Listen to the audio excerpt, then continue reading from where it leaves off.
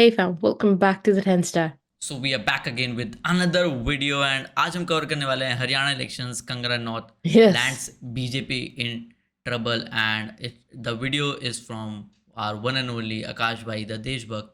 तो मज़ा आने वाला है एंड Yes. मुझे ऐसा लग रहा है अब जो आपको पता है इलेक्शंस आने वाले हैं तो उसमें जो हरियाणा में होने वाला है आई डोंट थिंक सो इस बार बीजेपी वहाँ जीतने वाले क्योंकि बुरा हाल चल रहा है भाई। हरियाणा में तो नहीं होने वाला क्योंकि बहुत सारे रीजंस हैं एंड और जगह पे भी कह रहे हैं शायद बीजेपी अपना दबदबा लूज कर सकती है। तो ये वीडियो कवर करते हैं, देखते हैं, इंटरेस्टिंग वीडियो होने वाली है। लेट्स बिगिन एंड देखते हैं वीडियो कैसी है। वो आजादी नहीं थी, वो भीख थी, और जो आजादी मिली है वो 2014 में मिली है। कंगना रनौत का मानना है कि देश को आजादी 2014 में मिली, अच्छी बात है, लेकिन फिर इसी हफ्ते ऐसा कुछ हुआ कि कंगना की आजादी उससे छिन गई। हुआ यूं कि कंगना ने अपने आने वाले मूवी इमरजेंसी के पब्लिसिटी के लिए जानबूझकर एक भड़काऊ बयान दे दिया। अब कंगना को भी मालूम है कि भैया 10 फ्लॉप मूवीज के बाद अगर 11वीं मूवी बचानी है तो थोड़ा बवाल तो मचाना पड़ेगा।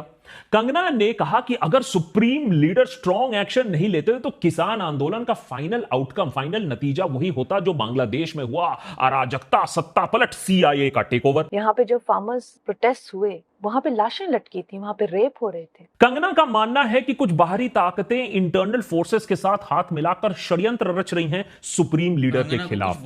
यही बात इंटरेस्टिंगली इंदिरा गांधी के समय उनके चाटुकार भी कहा करते थे। अब ऐसा बेतुका बकवास लॉजिक, ऐसा बयान कंगना ने कोई पहली बार तो दिया नहीं है। ब्रेकफास्ट से लंच के बीच में 4 बार ऐसे बयान आ जाते हैं। आप बोलोगे इसमें नई कौन सी बात है?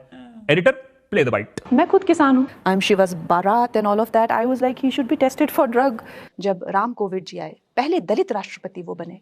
The first Prime Minister of India, Subhash Chandra Bose. Opposition leader करने के लिए उन्होंने क्या तीर मारा है? 99 सीट्स लाए हैं। अरे वो 10% सीट्स चाहिए होती हैं लीडर ऑफ ऑपोजिशन के लिए। ठीक है, अगर आपको ऐसे बात करनी है तो फिर इसका कोई जवाब हो ही नहीं सकता। लेकिन इस बार कंगना ने जो किसानों वाला बटन दबा दिया, ये गलत नहीं दबाना था। इस बार बीजेपी की तरफ से स्टेटमेंट आया, करारा स्टेटमेंट, कि कंगना को ऐसे बयान देने का कोई हक नहीं है। पार्टी साफ साफ उन्हें हिदायत दे चुकी है कि ना वो ऑथराइज्ड है ना वो परमिटेड है ऐसा बयानबाजी करने के लिए। हाईकमान ने बुलाया ऑफिस, फिर फटकार भी लगाई। निकाल दिया जाएगा इसको। एमपी के साथ ऐसा बर्ताव बहुत रेयर है दिखने को। पर ऐसा हुआ क्यों? पिछली बार जब कंगना ने किसानों के बारे में बयान दिया था कि सिंघू बॉर्डर पर जो महिलाएं बैठी हैं वो 100 रुपए पर मिलती हैं, बेसिकली बाजारू हैं, बिकाऊ हैं, महिलाओं के ऊपर इतना बड़ा अपमान किया, तो उसके बाद चंडीगढ़ एयरपोर्ट में उसके गाल लाल कर दिए गए।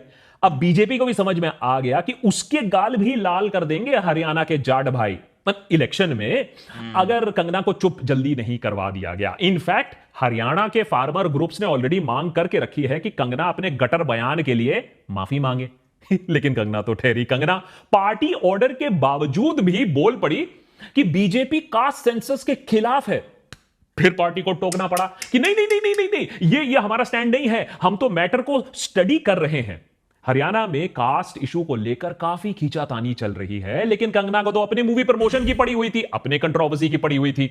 बीजेपी वाले भी लाइक बंद करो हाथ जोड़ के। मैं कास्ट कितना बड़ा मुद्दा है हरियाणा इलेक्शन में, आप इस बात से अंदाजा लगा सकते हैं कि बीजेपी के हरियाणा यूनिट ने कांग्रेस को खुला चैलेंज देके रखा है कि राहुल बाबा इतना कास्ट कास्ट चिल्लाते रहते हैं, कर दो नॉमिनेट एक दलित चीफ मिनिस्टीरियल कैंडिडेट। देखिए बीजेपी हरियाणा इस बात को लेकर काफी सीना ठोकती है अपना कि वो बहुत इंक्लूसिव पार्टी है। नायाब सैनी ओबीसी लीडर, उनको सीएम की कुर्सी पर बैठाया बीजेपी ने। उधर कुमारी शैलजा का कहना है कि अगर कांग्रेस पार्टी आती है पावर में हरियाणा में तो जल्द से जल्द कास्ट सेंसस करवाए जाएंगे जिससे सबको अपना हिस्सा, अपना हक मिले। अब सोचिए इस बीच में कंगना आती है, सीधे कह देती है बीजेपी तो कास्ट सेंसस के खिलाफ है, तो भाई अपनी पार्टी के पैर पर ही तो हथौड़ा मार रही है। Sorry for my miss information. अरे मिस इन्फॉर्मेशन की क्वीन। कंगना ने सोचा कि अच्छा ठीक है, पंजाब को होने दो गुस्सा, सिखों को करने दो केस फाइल इमरजेंसी पर और फ्री में पब्लिसिटी मिलेगी। लेकिन मंदबुद्धि ये बात भूल गई कि हरियाणा में भी जहां एक एक सीट इंपॉर्टेंट है बीजेपी के लिए, वहां भी उनके पॉलिटिक्स में भी सिख्स बहुत इंपॉर्टेंट रोल प्ले करते हैं। इनफैक्ट अगर आप लोकसभा इलेक्शंस देखें जो अभी हाल ही में 2024 में हुआ, तो उसमें 4 ऐसे कंस्टिट्यूएंसीज थी जहां सिखों ने काफी इंपॉर्टेंट रोल प्ले किया। अंबाला, करनाल, कुरुक्षेत्र और सिरसा। 20% तक वोट शेयर है वहां उनका। और सिख कम्युनिटी अब एक साथ आकर हरियाणा असेंबली इलेक्शंस में 15 से 20 सिखों को इलेक्शंस में कंटेस्ट करवाना चाहती है। ऐसे माहौल में सिखों को खालिस्तानी बोलने वाली, फार्मर्स को गाली बकने वाली कंगना बीजेपी के लिए एक नासूर सा बन गई है। सुनने में तो यह आ रहा है कि बीजेपी गवर्नमेंट पर प्रेशर है कि कंगना की ये जो मूवी इमरजेंसी है, जो ऑलरेडी काफी महीनों से डिलेड चल रही है, उसे अब हरियाणा इलेक्शन के बाद पुश कर दिया जाए। अब कंगना कह रही है कि नहीं, उसके मूवी को सेंसर बोर्ड क्लियर नहीं कर रही है, सेंसर बोर्ड पर बहुत सारा प्रेशर है, डेथ थ्रेट है। अब सेंसर बोर्ड पर प्रेशर है या बीजेपी पर प्रेशर है, कौन रोक रहा है, यह बात क्लियर नहीं है। लेकिन एक बात बहुत क्लियर हो चुकी है कि बीजेपी का 2024 लोकसभा इलेक्शन में पुअर परफॉर्मेंस के बाद हरियाणा पहला बड़ा परफॉर्मेंस टेस्ट होने वाला है। जम्मू एंड कश्मीर में क्या होगा इसके बारे में आप समझ चुके होंगे। तो हरियाणा को फिर से जीतना बीजेपी के स्टेटस, उसके ईगो, उसके ऑप्टिक्स के लिए बहुत ही ज्यादा इंपॉर्टेंट है। देखो, पॉलिटिक्स में कुछ भी परमानेंट नहीं हो सकता है ना, हमारी जनता किसी को परमानेंट जमने भी देती है। 2019 का अगर आप लोकसभा इलेक्शन देखें, बीजेपी ने हरियाणा के लोकसभा में 10 में से 10 सीट जीती थी, टोटल नंबर। फिर 2024 के इलेक्शंस में सारा खेल जैसे पलट जाता है, बीजेपी को 10 में से केवल 5 सीटें मिलती हैं, जबकि आशा तो 10 की थी। और उसके ऊपर सबसे बड़ी परेशानी, लोकसभा इलेक्शन के तुरंत बाद कुछ ही महीनों में हरियाणा स्टेट इलेक्शन सिर पे आ गए। 1 अक्टूबर को इलेक्शन। और अगर 2019 के असेंबली इलेक्शंस की अगर हम बात करें हरियाणा में, तो उतनी बड़ी वेव के बावजूद बीजेपी को 90 में से सिर्फ 40 सीट मिली थी। सरकार बनाने के लिए दुष्यंत चौटाला की जेजेपी के साथ अलायंस करनी पड़ी थी। मैंने लोकसभा में तो एनडीए अभी है, हरियाणा में तो एनडीए बहुत टाइम से चल रहा था। योगेंद्र यादव कुछ लोगों में से जिन्होंने 2024 लोकसभा इलेक्शंस का सही आकलन किया था, उन्होंने इस बार भी कहा है कि बीजेपी इस बार हरियाणा में बैकफुट पर है, कि बीजेपी कांग्रेस को नहीं हरा सकती है। हां, कांग्रेस को जरूर हरा सकती है। और सड़क पे लोग कहते हैं जी कांग्रेस को इस बार बीजेपी हरियाणा में नहीं हरा सकती, तो मैंने कहा तो कि जी सिर्फ कांग्रेस ही हरा सकती है कांग्रेस को। सिंपल हिंदी भाषा में बोलें तो योगेंद्र यादव कह रहे हैं कि कांग्रेस अगर कोई रूकी मिस्टेक ना कर दे, अपने पैर पर कुल्हाड़ी ना चला दे, तो वो जीत सकती है इस बार हरियाणा। पिछले 5 सालों में जो हुआ है ना हरियाणा में, उसकी जनता में, हरियाणा सरकार और खासकर की बीजेपी पर नाराजगी तो डेफिनेटली है, इस पर कोई डिबेट नहीं है, ये बीजेपी भी जानती है। और यही कारण बन सकता है कि उसका इस बार पतन हो जाए। लेकिन यह भी कोई नहीं कह सकता है कि Haryana election open and shut case है। मुद्दा है क्या, वहां हवा किस तरफ चल रही है, आइए जानते हैं। लेकिन उससे पहले मैं आपसे पूछना चाहता हूं, आपको क्या लगता है, विच party will win more seats in 2024 Haryana assembly election? कौन सी पार्टी है जिसे ज्यादा वोट मिलने वाले हैं हरियाणा असेंबली इलेक्शंस में, बीजेपी या कांग्रेस?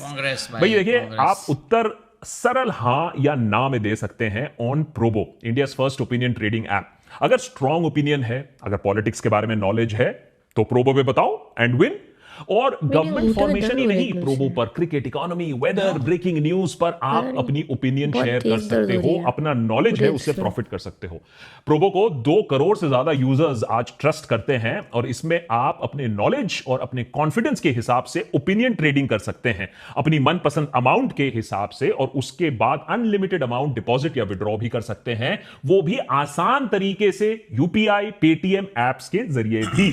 सवाल फिर से सुन लीजिएगा, कौन सी पार्टी है जो ज्यादा वोट्स लाएगी हरियाणा असेंबली इलेक्शंस 2024 में? यस या नो पर जवाब दीजिए प्रोबो ऐप पर। लिंक मैंने नीचे डिस्क्रिप्शन बॉक्स में देके रखा है। इस लिंक को अगर आप इस्तेमाल करेंगे तो आपको 100 rupees, up to 100 rupees joining amount भी मिलेगा।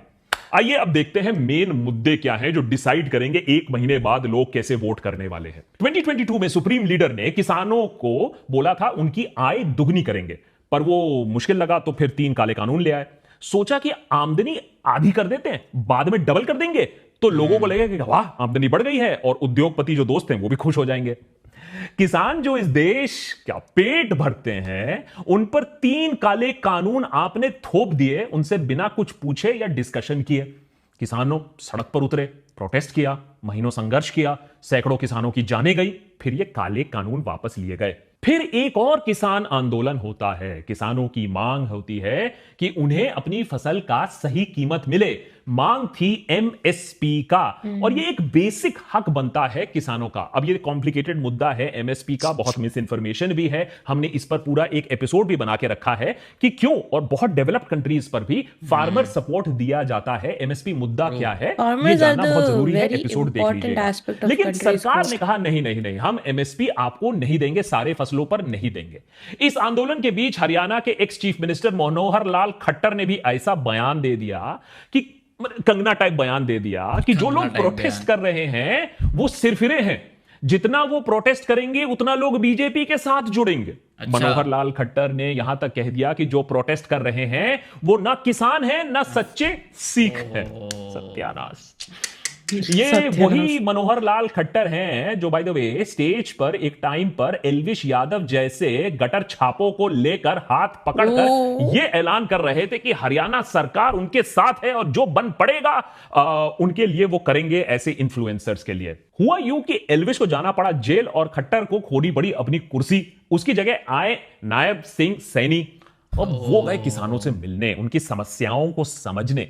नायब सिंह सैनी ने फिर एक बयान दिया, देखो भाई किसान, आप अच्छा काम कर रहे हो, आपको बिल्कुल प्रदर्शन करना चाहिए, आपको प्रोटेस्ट करना चाहिए, लेकिन आप कांग्रेस के खिलाफ प्रोटेस्ट करो। कांग्रेस ने किया है ये सब। अब कांग्रेस ने तो किया, लेकिन वो तो 10 साल से पावर में नहीं है, पावर में तो आप हो, आप क्या कर रहे हो? किसानों ने ये सवाल पूछा। 10 साल से नहीं है कि वो बीजेपी ने कुछ भी नहीं हिस्सा किया, ठीक कुछ कर रहे योजनाएं हैं। डेफिनेटली आई, प्रधानमंत्री फसल बीमा योजना, प्रधानमंत्री कृषि सिंचाई योजना, और ऐसा नहीं है कि ये सारी चीजों ने कुछ इंपैक्ट नहीं किया है। फसल में कुछ बेनिफिट जरूर मिले, लेकिन फार्मर फसल उगा के करेगा क्या अगर उस फसल की सही कीमत उसे ना मिले? अगर एमएसपी का सिस्टम सही नहीं है तो उसे तो अपनी फसल फेंकनी ही पड़ेगी। As a matter of fact, जमीन जहां पर खेती होती है, सोन एरिया जिसे कहा जाता है, उसमें कमी देखी गई है हरियाणा में। 2015 में 3.3% ऑफ द स्टेट में फार्मिंग हो रही थी, माने बीज बोए जा रहे थे, वो गिरकर 3.04% हो गया 2021 में। इसका मतलब साफ है कि एग्रीकल्चर में हरियाणा कुछ खास फायदा नहीं हो रहा है फार्मर्स को। उल्टा जब अपने हक की लड़ाई लड़ने के लिए फार्मर जाते हैं तो वाटर कैनन चलाए जाते हैं, आंसू गैस छोड़े जाते हैं उनके ऊपर। और ये जो किसान आंदोलन है इसमें हरियाणा के किसान भी शामिल थे। ये मत समझिए कि सिर्फ पंजाब से ही थे। ये जो खालिस्तान जो बोलने वाला एंगल होता है सोशल मीडिया पर, किसान आंदोलन की वजह से अब कितना नुकसान होगा बीजेपी को असेंबली इलेक्शन में, ये तो 1 अक्टूबर को ही पता चलेगा। लेकिन उसके ऊपर एक और फैक्टर, इमेजिन करो कि आप एक सिपाही हो जो अपने देश के लिए इतनी मोहब्बत करते हो, देश के लिए जान देने के लिए तैयार हो, और उसके बदले में एक सिपाही को मिलेगा 25-30 हजार रुपए, कटा के उसमें 20-21 हजार रुपए आपके पास आएंगे। पर एक सिपाही यह सोचता है कि चलो कोई बात नहीं, थोड़ा मोटा कमा लेंगे, देश की हम सेवा करेंगे, पैसों में जो कम है उसमें गुजारा कर लेंगे। पर फिर सरकार आती है और कहती है कि देखो भैया, ये जो कम पैसे हैं ये भी 4 साल में खत्म हो सकता है। अगर आपका 20-30% चांस है, शायद हम आपको रख लें या हम आपको बाहर भी निकाल दें। अब सोचो, एक प्राइवेट कंपनी ज्वाइन करने से पहले, एडिटर तुम सोचे थे ना, एक प्राइवेट कंपनी ज्वाइन करने से पहले भी 100 बार इंसान सोचता है कि भैया उसकी नौकरी तो रहेगी, प्राइवेट कंपनी चलेगी तो चलेगी, जॉब स्टेबल है कि नहीं है, और उस कंपनी के ग्रोथ के साथ साथ आप अपना करियर भी सिक्योर करना चाहते हो। तो सोचो अग्निवीर आज क्या सोच रहा होगा कि भैया 75% तो बाहर कर दिए जाएंगे, तो हमारा चांस अंदर रहेंगे या बाहर रहेंगे। और हरियाणा उन स्टेट्स में है जहां हजारों की संख्या में सिपाही जाते हैं, ज्वाइन करते हैं हमारी आर्मी। हालांकि हरियाणा सरकार ने अग्निवीरों को रिटायर होने पर कहा है कि नहीं, हम चुनिंदा गवर्नमेंट जॉब्स में 10% रिजर्वेशन देंगे, 60,000 रुपीज सब्सिडी अनाउंस कर दी है। लेकिन आप एक चीज सोचो, एक एग्जांपल से मैं आपको समझाता हूं कि मान लीजिए आप एक डॉक्टर हो, स्पेशलिस्ट बन जाते हो, हार्ट स्पेशलिस्ट बन जाते हो, लेकिन 4 साल बाद आपको कहा जाता है ना, अब आप हार्ट स्पेशलिस्ट काम नहीं कर सकते हो, हम आपको वेटनरी सर्विस दे देते हैं, जानवरों को देखो, जू में आप नौकरी कर लो, नाम के लिए तो आपके पास नौकरी है ही है, लेकिन क्या ये आपको मंजूर होगा अगर आपने इतना मेहनत करके एक हार्ट स्पेशलिस्ट बने हैं? हमारे अग्निवीरों के साथ वही किया जा रहा है। बोल रहे आर्मी में नहीं हो तो क्या हुआ, गार्ड की नौकरी हम तुम्हें दे देंगे। इस चीज से बहुत ज्यादा आक्रोश है, और खास करके हरियाणा में।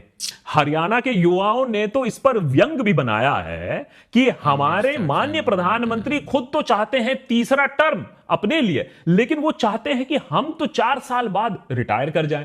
अग्निवीर के बाद से हरियाणा में बीजेपी को लेकर काफी गुस्सा है। ये नाराजगी हमें लोकसभा इलेक्शन पर भी दिखी थी। अब देखना है कि असेंबली इलेक्शन में कितना होगा। और नंबर 3, रेसलर्स प्रोटेस्ट। देखा? बहुत से एपिसोड्स बनाए हमने रेसलर्स प्रोटेस्ट। आई न्यू कि रेसलर क्या वाला भी एक हुआ, सीन उन है पर भाई क्या अब तो हरियाणा काट के पर जाना ये भी चेक कर रेसलर्स ही लो प्रोटेस्ट सब। कैसे इफेक्ट करेगा एक At assembly this election point, को, just वो take मैं a आपको pause समझाता हूं। and link is in Haryana को description. एथलीट्स, हरियाणा एथलीट्स को सिर्फ खिलाड़ी नहीं समझते हैं, रोल मॉडल समझते हैं। हरियाणा से जितने एथलीट्स निकलते हैं उतना देश में किसी कोने से नहीं आते हैं। हरियाणा की आन बान और शान है उनके खिलाड़ी। पर वही खिलाड़ी जब सड़कों पर उतरते हैं तो उनके साथ क्या व्यवहार किया जाता सही है, बात है। उन नौजवानों को दिख रहा है कि कैसे ट्रीट किया गया था हमारे खिलाड़ियों को। स्टेट की मेजॉरिटी जाट कम्युनिटी ने भी रेसलर्स प्रोटेस्ट में खिलाड़ियों को अपना सपोर्ट दिया था, बृजभूषण के खिलाफ बोला था। पर रेसलर्स प्रोटेस्ट के साइड में भी अगर आप रख लो ना, ये प्रोटेस्ट को साइड में भी रख लो, स्पोर्ट्स में भी ना हरियाणा ने कुछ खास दिखाया नहीं है। वायदे बहुत किए गए थे 2019 में। स्पोर्ट्स को लेकर सरकार ने हरियाणा में बोला था कि हम मैनिफेस्टो में 1000 स्पोर्ट्स नर्सरीज बनाएंगे, हर गांव में एक स्टेडियम होगा। पर सरकार ने एक्चुअली ऐसा कुछ किया है? खेलो इंडिया स्कीम के तहत गुजरात और यूपी में 400 करोड़ रुपए तक जा रहे हैं और हरियाणा को मिलता है 67 करोड़ रुपीस। ये हरियाणा के लोगों को ये सारी चीजें दिख रही हैं कि किस तरीके से बर्ताव किया गया है उनके साथ। तो हरियाणा के सिपाही, हरियाणा के खिलाड़ी, हरियाणा के किसान, ये सारे आन बान शान जो हरियाणा के हैं, उनके साथ क्या हुआ है पिछले कुछ सालों में, ये लोगों को साफ साफ दिख रहा है। और इसके अलावा भी बहुत सारे प्रोमिसेस किए गए थे। अब तत्काल चीफ मिनिस्टर ने यह भी कहा था कि मैनिफेस्टो में लिखे सारे वायदे पूरे हो चुके हैं। अब ये लोगों को ये बात कैसी लगेगी कि भैया अच्छे दिन आ चुके हैं उनके अकॉर्डिंग। देखो, नेता लोग तो जो बोलते हैं सच्ची बोलते होंगे ना, तो हमने कहा कि हम भी जरा देखें। तो थोड़ा हमने भी पता लगाने की कोशिश की कि सारे वायदे पूरे हुए हैं या नहीं। अनएम्प्लॉयमेंट को लेकर बीजेपी हरियाणा सरकार ने कहा था कि 25 लाख नौकरियां क्रिएट होंगी, लेकिन आंकड़े देखने के बाद हमें तो यही दिख रहा है कि देश में बेरोजगारी का दर 8.1% है 2023-2024 पर हरियाणा बेरोजगारी दर 29.1% है। अगस्त 2019 में यह नंबर 18.4% था। तो देखिए कैसे अनएम्प्लॉयमेंट बढ़ चुकी है, बढ़ चढ़कर आगे बढ़ रही है। महिलाओं के साथ तो और भी बुरा हुआ है। इंडिया में फीमेल अनएम्प्लॉयमेंट रेट है 15.1%, हरियाणा में यह फिगर 64.9% है। पर सीएम साहब तो कह रहे हैं कि वायदे पूरे हो चुके हैं। अच्छे दिन सही कह रहे होंगे। और भी बहुत मुद्दे हैं, जैसा कि सबको पक्का मकान देने का जो वायदा है, 24 घंटे बिजली देने का वायदा है। गुड़गांव जैसे कॉर्पोरेट हब में लोग जनरेटर के बिना जिंदा नहीं रह सकते हैं। कहा था कि 13 प्रमुख शहरों के रेलवे स्टेशन का आधुनिकीकरण होगा। कहा था कि हिसार एयरपोर्ट से फ्लाइट उड़ेंगी दिल्ली, जयपुर और जम्मू। हमें तो ना दिखी मेक माई ट्रिप पर। हेल्थ केयर को लेकर भी बहुत बड़े वायदे हुए थे, टूरिज्म को लेकर भी बहुत बड़े वायदे हुए थे। ऐसा कुछ ग्राउंड पर हुआ नहीं है। एक महीने बाद जीतेगा कौन ये तो पता नहीं, लेकिन हवा में बदलाव तो है। और इसीलिए शायद बीजेपी की एलाय पार्टनर दुष्यंत चौटाला की जेजेपी के 10 में से 6 एमएलए पार्टी छोड़कर भाग गए। और कभी कभी ना हवा का बदलाव छोटे छोटे इंसिडेंट से पता चलता है, बड़े बड़े स्टूडियो में नहीं। जैसे हरियाणा में एक सिंगर है जय भगवान मित्तल, जो बीजेपी का समर्थन करते थे, कांग्रेस के खिलाफ गाने बनाते थे, खूब सारा जहर उगलते थे। एक भयंकर ट्रेंड था उनका। लेकिन उनका जो लेटेस्ट वाला क्रिएशन है बहुत इंटरेस्टिंग है। उनके लिरिक्स जो है लेटेस्ट गाने के, वो ऐसा कहते हैं कि ठोकर मैंने खाई, राहुल मेरे भाई, मुझे माफ करना राहुल मेरे भाई।